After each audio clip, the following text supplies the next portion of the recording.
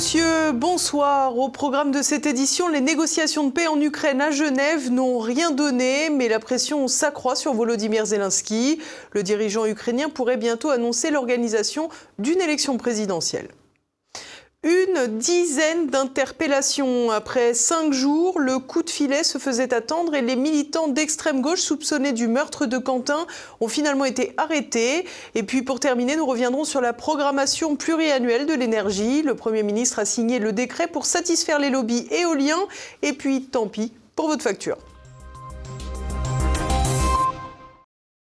Le rendez-vous de Genève a-t-il enclenché le compte à rebours pour Volodymyr Zelensky ? À l'aube de la 5e année de guerre ouverte entre la Russie et l'Ukraine, les derniers échanges n'ont pas davantage porté leurs fruits que les rendez-vous précédents, mais le président ukrainien semble de plus en plus soumis à la pression de Washington. Le point tout de suite. Volodymyr Zelensky sur la touche. Après des rencontres de 6 heures mardi, les représentants ukrainiens, russes et américains n'auront échangé que 2 heures ce mercredi. À l'issue, pas d'avancée majeure. Selon certains commentateurs, les discussions ont été tendues et difficiles, mais constructives. Depuis plusieurs mois, les différentes tentatives de négociation de paix se finissent pareil, sans réel effet sur la guerre en cours.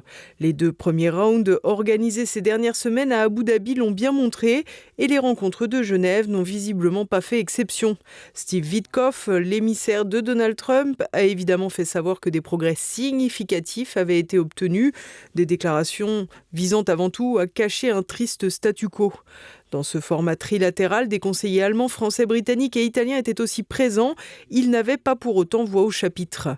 Roustem Umerov, le chef de la délégation ukrainienne, a pris la parole pour livrer les habituels éléments de langage. Nous nous concentrons sur les dispositions clés nécessaires pour finaliser le processus. Il s'agit d'un travail complexe qui nécessite un alignement entre toutes les parties et suffisamment de temps. Des progrès ont été réalisés, mais aucun détail ne peut être divulgué à ce stade. La Russie aurait exigé le retrait des soldats ukrainiens des zones conquises du Donbass, une demande rejetée par Kiev. Cette question néanmoins apparaît comme une nouvelle étape dans les négociations puisque la partie ukrainienne réclamait encore il y a quelques semaines l'inverse. Il faut aussi noter que dans ce cadre, Moscou ne réclamerait plus la prise de l'intégralité des oblasts rattachés ou annexés, sauf si la Russie considère bien sûr que la prise de la totalité de ces territoires n'est plus qu'une question de court terme. Toutefois, depuis le début du mois de février et l'impossibilité pour les Russes d'utiliser Starlink, le front a dû se réorganiser.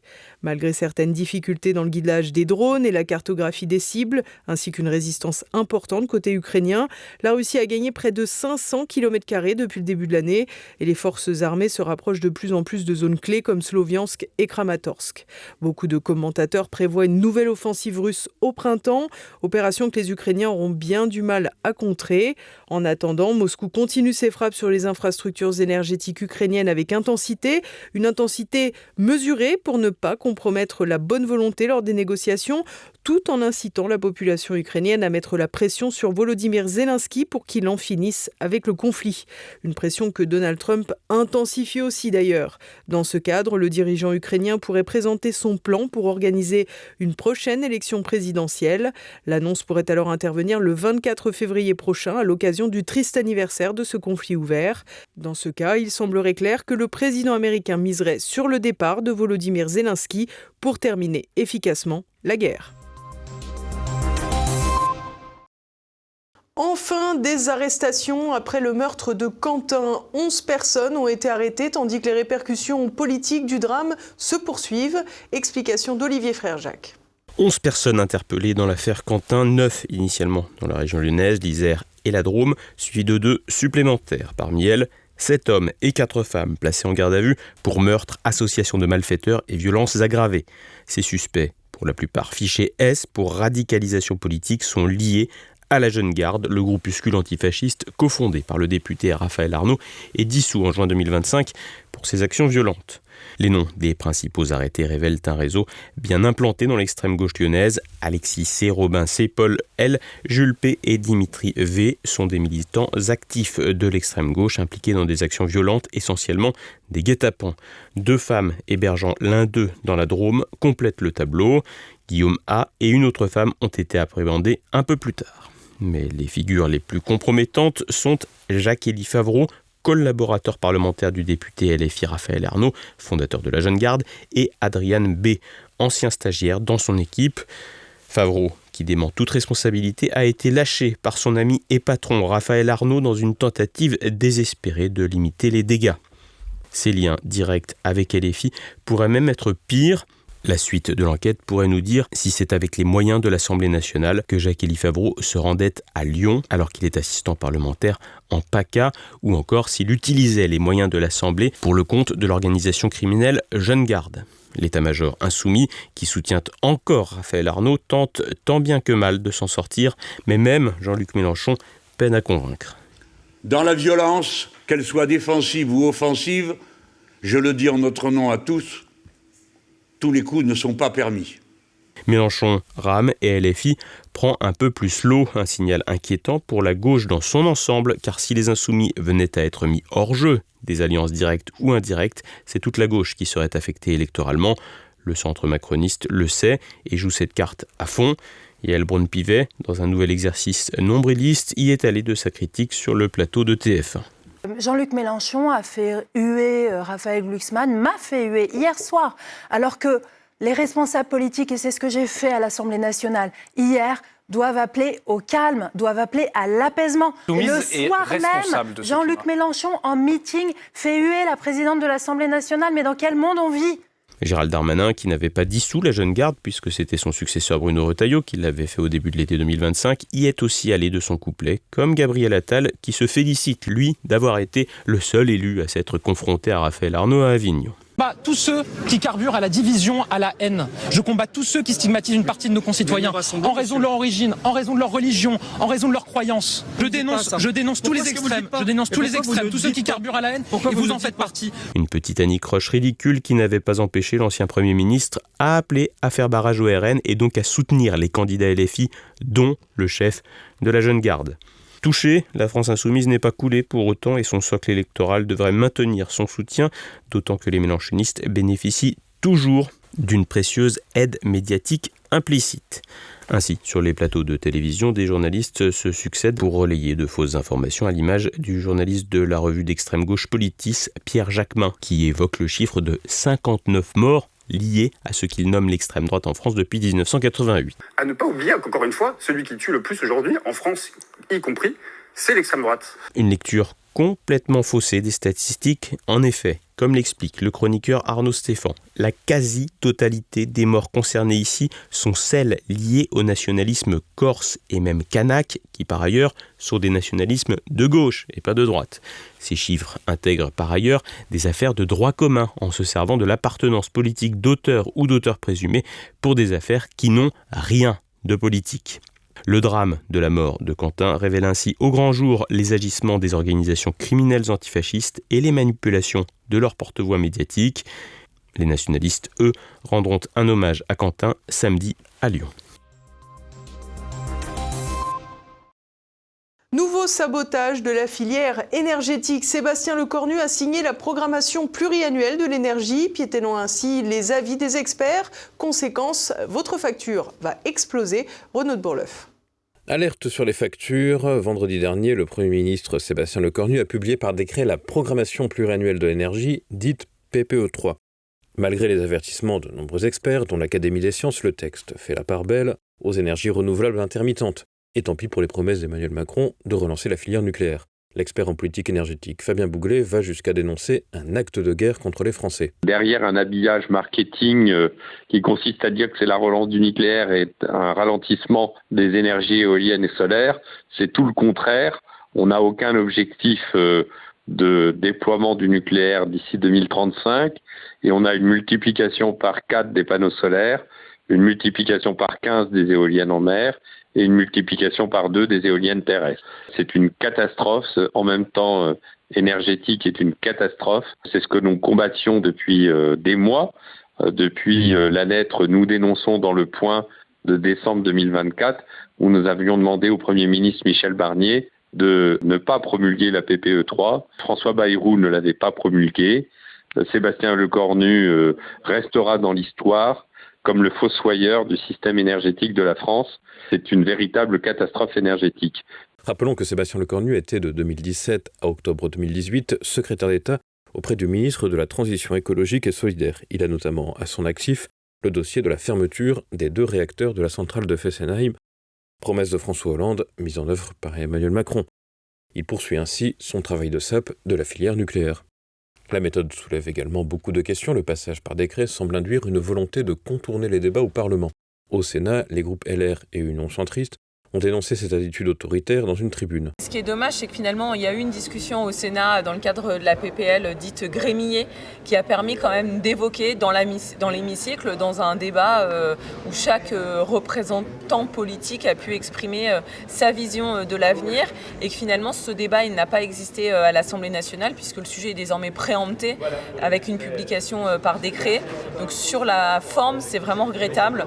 Il y a finalement une partie de ce qui aurait dû être un travail de réflexion collective sur ce qu'on souhaite pour le futur, sachant que l'énergie est quand même finalement un élément très important aussi de notre modèle économique. Le passage en force ne satisfait pas davantage les élus de gauche. Pour LFI, c'est, je cite, un 49.3 énergétique. Sébastien Lecornu a une intention bien précise en contournant le Parlement. Là où la politique énergétique est des prérogatives du gouvernement depuis le général de Gaulle, il faut bien intégrer que le débat sur la politique énergétique a une véritable conséquence en matière budgétaire. Et donc, de ce fait, le travail parlementaire était nécessaire parce que le Parlement est garant des deniers publics et du budget de l'État. Donc, en passant en force le décret, sans attendre la fin de la loi PPL Grémillet, qui était en discussion au Sénat, qui n'était pas d'ailleurs parfaite d'ailleurs non plus, eh bien le Premier ministre, en quelque sorte, méprise le travail parlementaire et surtout outrepasse le pouvoir qui lui est accordé de pouvoir engager des dépenses et surtout de la dette, puisqu'en réalité derrière cette programmation pluriannuelle de l'énergie, c'est encore 100 milliards, 200, 300 milliards d'euros de dettes supplémentaires, puisque selon les calculs de nos polytechniciens, les subventions aux énergies intermittentes au titre de cette programmation pluriannuelle devraient représenter une centaine de milliards et tout ce qui est frais de raccordement évalué par RTE et Enedis autour de 150 milliards jusqu'à 200 milliards. Si on intègre en plus les 100 milliards d'engagements non pris en considération, mais qui considèrent les engagements passés et qui vont avoir des conséquences dans l'avenir, on est sur un total de 400 milliards, tout frais compris. Cet argent ne va que contribuer à la dette de la France et à l'augmentation des factures des Français. L'explosion des factures des Français qui ne semble pas préoccuper le Premier ministre. L'essentiel était plutôt de satisfaire les lobbies de l'éolien et du solaire, lesquels assument pleinement leur mainmise sur les décisions françaises. Il est évident que l'intérêt des lobbies est patent, puisque la présentation par le Premier ministre de la PPE3 était animée par le lobbyiste Nicolas Goldberg, qui était présenté comme animateur de Terra Nova, alors qu'en réalité, il est consultant partenaire du cabinet Columbus Consulting, qui est lui-même chargé de la communication et du lobbying du syndicat des énergies renouvelables, de l'ADEME ou de la Direction générale de l'énergie et du climat. Ce qui interroge tout de même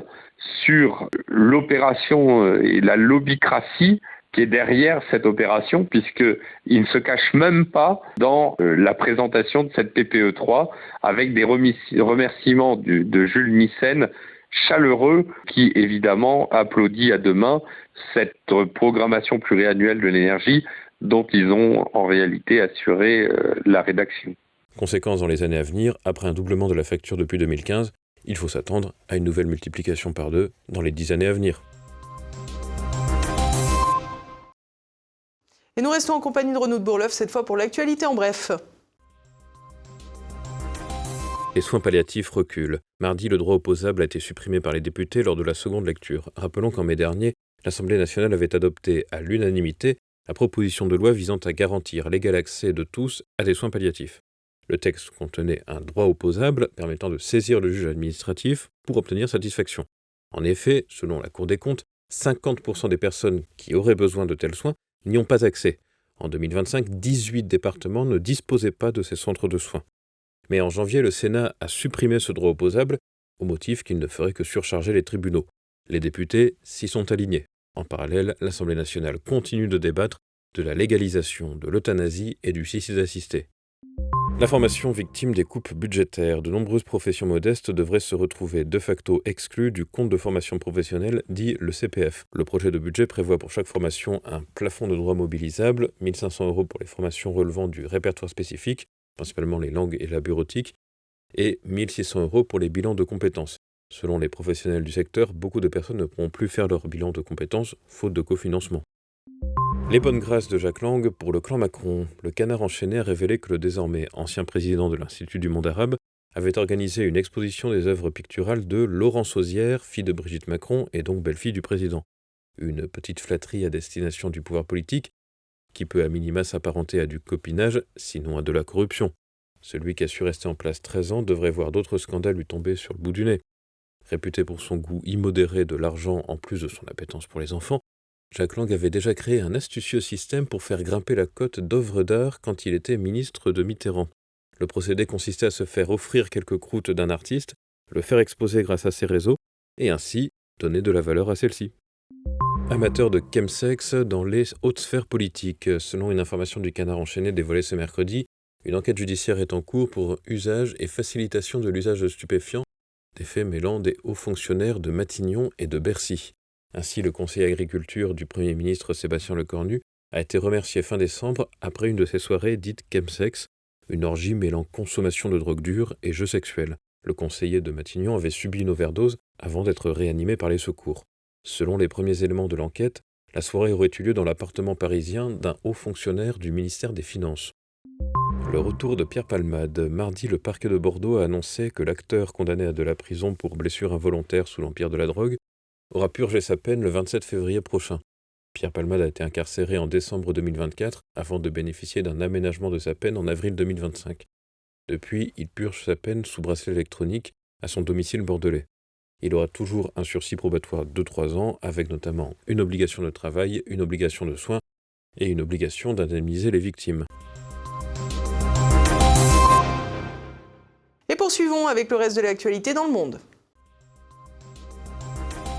85 pays, dont la France, la Chine, l'Arabie Saoudite et la Russie, ainsi que l'UE et la Ligue arabe, ont condamné mardi à l'ONU les nouvelles mesures israéliennes d'extension des colonies en Cisjordanie occupée. Ils dénoncent l'accélération de l'enregistrement foncier et des achats de terres par les colons dans la zone C, gérée par l'autorité palestinienne, soit 60% du territoire. Ces actions, soutenues par 67 millions d'euros de fonds publics, sont qualifiées de violations flagrantes du droit international, visant selon eux à modifier la démographie et préparant une annexion de fait. L'initiative s'inscrit dans l'intensification de la colonisation sous Netanyahou depuis la guerre à Gaza. Les signataires exigent l'annulation immédiate et avertissent que ces mesures compromettent la solution à 2 États et la paix régionale. Plus de 500 000 colons harcèlent 3 millions de Palestiniens en Cisjordanie. Un bilan mitigé du côté américain. Le vice-président américain J.D. Vance a livré le 17 février en fin de journée un bilan contrasté des pourparlers nucléaires entre Washington et Téhéran tenus à Genève en Suisse. Les discussions ont permis de convenir d'une nouvelle rencontre et d'avancer sur des principes directeurs selon les Iraniens, mais J.D. Vance a affirmé sur Fox News que ces derniers refusaient encore d'accepter certaines lignes rouges fixées par Donald Trump. Le numéro 2 de la Maison-Blanche a souligné que Téhéran n'était pas encore prêt à reconnaître et résoudre ces points non négociables posés par le président américain. L'objectif affiché reste clair pour les Américains, alliés bien sûr à Israël, empêcher à tout prix l'Iran d'acquérir l'arme nucléaire, ce dont Téhéran se défend, mais aussi remettre en cause le programme balistique iranien. Malgré ce constat mitigé, les États-Unis maintiennent la porte ouverte à la diplomatie, tout en gardant d'autres options plus militaires sur la table. Les Grands Lacs plutôt que les Européens. L'Union européenne a annoncé mardi un déblocage de 81 millions d'euros d'aide humanitaire pour la région des Grands Lacs en Afrique, centrée sur la crise en République démocratique du Congo. L'Est du pays, riche en ressources naturelles et frontalier du Rwanda, de l'Ouganda et du Burundi, est dévasté par des violences depuis 3 décennies. La résurgence du M23 en 2021, soutenue par le Rwanda, a aggravé la situation. Le groupe armé a conquis Goma, Bukavu et de vastes territoires dans le nord Kivu et le sud Kivu depuis 2025, provoquant des déplacements massifs. Sur les fonds alloués, 68 millions iront directement à l'aide en RDC, tandis que 13,2 millions soutiendront les réfugiés régionaux et la préparation aux catastrophes. Ces dépenses des deniers des Européens pour les Africains en période de crise économique pourraient faire grincer des dents, d'autant plus que la traçabilité de l'aide à l'Afrique laisse toujours à désirer. Et voilà, nous approchons de la fin de cette édition. Ce soir, à partir de 21h, retrouvez Bistro Liberté. Éric Morillo reçoit l'acteur Jean-Pierre Castaldi pour débattre du lynchage de Quentin par des antifascistes, de l'affaire Epstein et de la propagande wokiste dans les productions audiovisuelles françaises. Mais est-ce qu'il ne faudrait pas changer le système, donc conditionner les aides publiques aux entrées en salle, ce serait peut-être pas mal, quoi. Non, mais il faudrait supprimer les aides publiques. L'idéologie, déjà... Les aides publiques... Les premiers à bénéficier des aides publiques, on donne le SMIC à tous les paysans en France. Et en fin d'année, on fait le bilan de leur ferme. S'ils ont gagné trop, ils remboursent. Et s'ils n'ont pas gagné, ils gardent. Ils ne devraient pas quémander de l'argent, déjà. Également au programme de votre journée passé-présent, Guillaume Fiquet reçoit l'historien Michel Fauquier pour évoquer l'Empire mérovingien. Demain, dès 7h, vous pourrez découvrir un nouveau Zoom avec le philosophe Pierre Levigan sur son ouvrage « Libérer l'Europe de l'occidentalisme et de l'euromondialisme ». Bon, le Groenland, c'est pas une population considérable, c'est dans les 67 000 habitants, donc c'est quand même assez anecdotique. Mais c'est quand même un territoire grand comme un peu plus de 4 fois la France. C'est un territoire avec pas mal de matières premières assez riches, avec de l'uranium, avec des métaux rares, dans des conditions d'extraction certes assez difficiles, mais avec la robotisation, il y a quand même un certain nombre de choses possibles. Bon, par ailleurs, c'est une question qui a été évoquée parfois sur TV Liberté, mais enfin, dans le climat, il y a des cycles. Bon, du 13e à 1850, on a eu un cycle de refroidissement. Depuis 1850, on a un cycle de réchauffement. Ça vient essentiellement du soleil. Il est fort possible, ça c'est un autre débat, mais il est fort possible que 20% du réchauffement soit aussi d'origine humaine et donc qu'il accentue un petit peu ce réchauffement. Toujours est-il que ce réchauffement, en fonction des cycles naturels, va sans doute durer encore quelques siècles. Conséquence, la route du Nord, du côté de l'Arctique, va peut-être être ouverte pendant un siècle, 2 siècles, 3 siècles, ce qui, à l'échelle de l'histoire, n'est absolument pas négligeable. Donc le Groenland est intéressant au plan stratégique. Et voilà, c'est déjà la fin de cette édition. Merci à tous pour votre fidélité. Rendez-vous demain, même lieu, même heure, mais aux côtés d'Olivier Frère Jacques. En attendant, portez-vous bien. Bonsoir.